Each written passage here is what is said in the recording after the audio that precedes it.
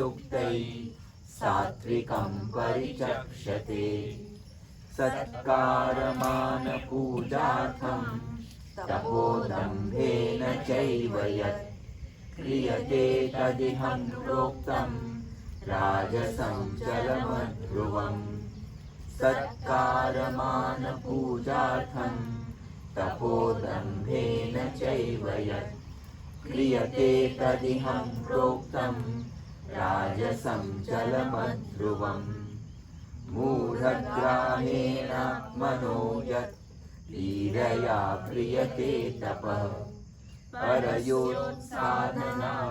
वा तत्तामसमुदाहृतम् मूढग्राहेणात्मनो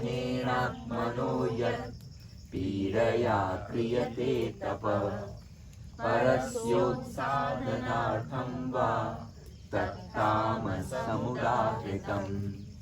दातव्यमिति यद्दानं दीयतेनुपकारिणे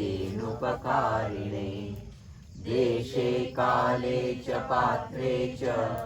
तद्दानं सात्विकं स्मृतम् दातव्यमिति यद्दानं दीयतेनुपकारिणे देशे काले च पात्रे च तद्दानं सात्विकं स्मृतम् यत्तु प्रत्युपकारार्थं फलमुद्दिश्य वा पुनः दीयते च परिक्लिष्टं तद्दानं राजसं स्मृतम् यत्तु प्रत्युपकारार्थं फलमुद्दिश्य वा पुनः दीयते च परिक्लिष्टं तद्दानं राजसं स्मृतम्।